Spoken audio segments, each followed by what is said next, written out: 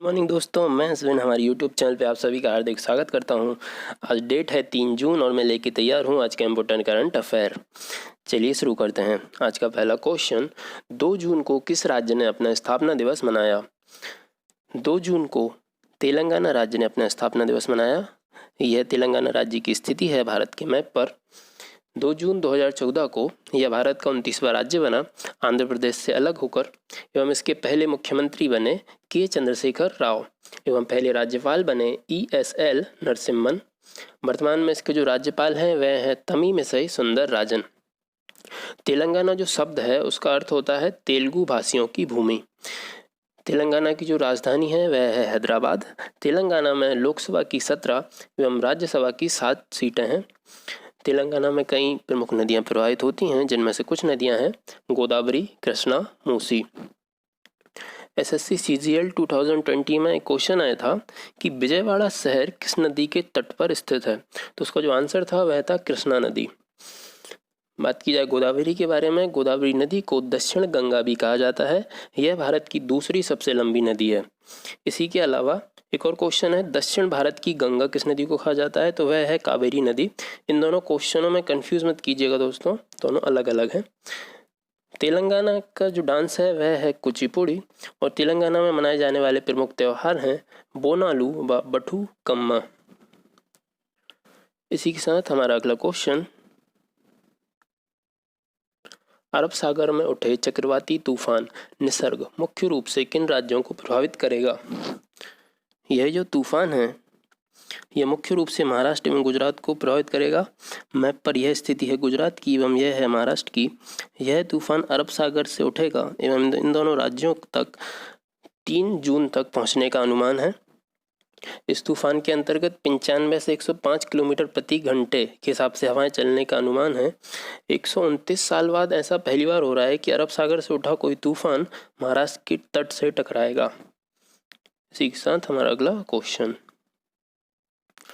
हाल ही में पूर्व Olympic champion Bobby जो मोरो का निधन हो गया। वे किस खेल से संबंध रखते थे? बॉबी जो मोरो, जैसा कि आप तस्वीरों में देख सकते हैं, यह एक अमेरिकी धावक थे। इन्होंने ओलंपिक खेलों में 3 एथलेटिक्स स्वर्ण पदक जीते एवं इन्होंने अपने करियर में अपने नाम 11 विश्व रिकॉर्ड किए थे। इसी के साथ हमारा अगला क्वेश्चन, हाल ही में खेल रत्न पुरस्कार के लिए किसे नामित किया गया? खेल रत्न पुरस्कार के लिए नामित किया गया रानी रामपाल को। रानी रामपाल वर्तमान में हमारी हॉकी टीम की कप्तान है और यह 2010 विश्व कप में भारतीय हॉकी टीम की सबसे युवा खिलाड़ी थी। रानी रामपाल के अलावा राजीव गांधी खेल रत्न अवार्ड के लिए रोहित शर्मा एवं प्रसिद्ध table tennis player Manika Batra को नॉमिनेट किया गया। मनिका बत्रा को पिछले साल भी नॉमिनेट किया गया था। राजीव गांधी खेल रत्न पुरस्कार जो है यह भारत सरकार में दिया जाने वाला खेलों का सबसे बड़ा पुरस्कार है। सर्वप्रथम यह अवार्ड 1991-92 में chess grand master Vishwanath Anand को प्रदान किया गया था। इसी के साथ हमारा अगला क्वेश्चन, हाल ही में किस बैंक ने माइक्रो क्रेडिट के लिए अलग से यूनिट की स्थापना की है? यह बैंक है state bank of India SBI।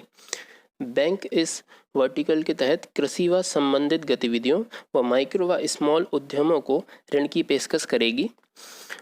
बात की जाए SBI बैंक के बारे में, यह भारत की सबसे बड़ी एवं सबसे पुरानी बैंक है। 1921 में bank of Kolkata, bank of Madras, bank of Bombay को मर्ज करके इंपीरियल बैंक ऑफ इंडिया बनाया गया था। उसके बाद 1 जुलाई 1955 को इंपीरियल बैंक ऑफ इंडिया का नाम बदलकर स्टेट बैंक ऑफ इंडिया कर दिया गया। स्टेट बैंक ऑफ इंडिया एक पब्लिक सेक्टर की बैंक है, यह एक नेशनलाइज्ड बैंक नहीं है, याद रखिए। इसी के साथ हमारा अगला क्वेश्चन,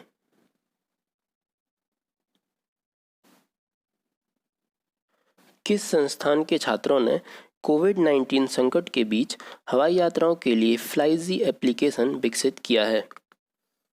यह संस्थान है IIT गुवाहाटी।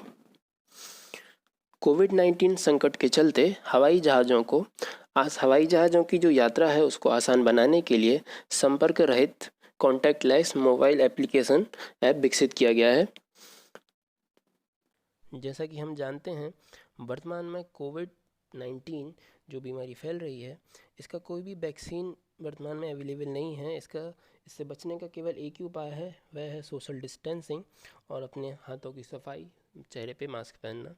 इसके लिए यह ऐप विकसित किया गया है। यह आपकी हवाई यात्राओं में काफ़ी सुविधा देगा एवं कोरोना संक्रमण से आपको बचाएगा। बात की जाए इंटरनेशनल ट्रांसपोर्ट एसोसिएशन की, इसी के दिशा निर्देशों के अनुसार IIT गुवाहाटी के छात्रों ने यह ऐप विकसित किया है। इंटरनेशनल ट्रांसपोर्ट एसोसिएशन का जो हेडक्वार्टर है वह मॉन्ट्रियल कनाडा में है। इसकी स्थापना 1945 में की गई थी। वर्तमान में इसके सदस्य जो हैं वह 120 देशों की 290 एयरलाइंस इसके सदस्य हैं।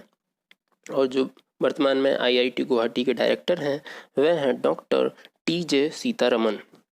इसी के साथ बढ़ते हैं हमारे अगले क्वेश्चन की तरफ। निम्नलिखित में से किसने खेलो इंडिया ई पाठशाला कार्यक्रम लॉन्च किया है? खेलो इंडिया ई पाठशाला कार्यक्रम लॉन्च किया है हमारे केंद्रीय युवा कार्य एवं खेल मंत्री किरण रिजिजू ने। खेलो इंडिया ई पाठशाला कार्यक्रम की शुरुआत स्पोर्ट्स अथॉरिटी ऑफ इंडिया ने की थी। बात की जाए ऑप्शंस के बारे में, राज्यवर्धन सिंह राठौर, यह किरण रिजिजू के पहले हमारे खेल मंत्री थे। अनुराग ठाकुर, यह वर्तमान में ministry of state for finance and corporate affairs हैं। Babul Supriyo, ministry of state for environment and forest and climate change है। इसी के साथ हमारा अगला क्वेश्चन, हाल ही में एरोनॉटिकल सोसाइटी ऑफ इंडिया के नए अध्यक्ष बने हैं। यह हैं संजीव घुरेटिया। संजीव घुरेटिया डॉक्टर प्रवेंद्र कुमार की जगह लेंगे। और बात की जाए एरोनॉटिकल सोसाइटी ऑफ इंडिया के बारे में, इसका जो हेडक्वार्टर है वह न्यू दिल्ली में है। इसकी स्थापना 1948 में की गई थी। वर्तमान में इसके प्रेसिडेंट हैं NC घोष। इसी के साथ हमारा अगला क्वेश्चन, निम्नलिखित में से किसने कीटाणु शोधन अल्ट्रा स्वच्छ विकसित किया है? यह विकसित किया है defence research and development organisation DRDO ने। अल्ट्रा स्वच्छ कई तरह के इक्विपमेंट को डिसइंफेक्ट कर सकता है, जिनमें से PPE kit, personal protective equipment kit and electronic item and कई फैब्रिक आइटम्स भी इसके अंतर्गत आते हैं, जिनको यह डिसइंफेक्ट कर सकता है। बात किया DRDO के बारे में, इसका जो हेडक्वार्टर है वह न्यू दिल्ली में है। इसकी स्थापना 1958 में की गई थी। वर्तमान में इसके चेयरमैन हैं सतीश रेड्डी और जो हमारे रक्षा मंत्री हैं वह हैं राजनाथ सिंह। इसी के साथ हमारा अगला क्वेश्चन, इस्पात मंत्रालय के सचिव के रूप में किसने पदभार संभाला? इस्पात मंत्रालय के सचिव के रूप में जिन्होंने पदभार संभाला वह हैं प्रदीप कुमार त्रिपाठी। प्रदीप कुमार त्रिपाठी जम्मू कश्मीर कैडर के IAS ऑफिसर हैं। इनको स्टील मिनिस्ट्री में पर्सनल एवं ट्रेनिंग डिपार्टमेंट के सेक्रेटरी के रूप में चुना गया है। और वर्तमान में जो हमारे यूनियन मिनिस्टर ऑफ स्टील हैं वह हैं धर्मेंद्र प्रधान।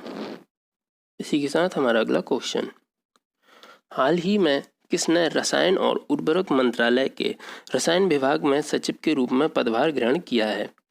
तो यह हैं RK चतुर्वेदी। चतुर्वेदी जी को केमिकल एंड फर्टिलाइजर में केमिकल एवं पेट्रोकेमिकल डिपार्टमेंट के सेक्रेटरी के रूप में चुना गया है। और जो हमारे मिनिस्टर हैं केमिकल एंड फर्टिलाइजर के वह हैं DV सदानंद गौड़ा। इसी के साथ हमारा इस वीडियो का अंतिम क्वेश्चन, हाल ही में CTAP लॉन्च किया। CTAP किसने लॉन्च किया? CTAP लॉन्च किया है वर्ल्ड हेल्थ ऑर्गेनाइजेशन WHO ने। CTAP कोविड-19 टेक्नोलॉजी एक्सेस पूल, यह इसका फुल फॉर्म है।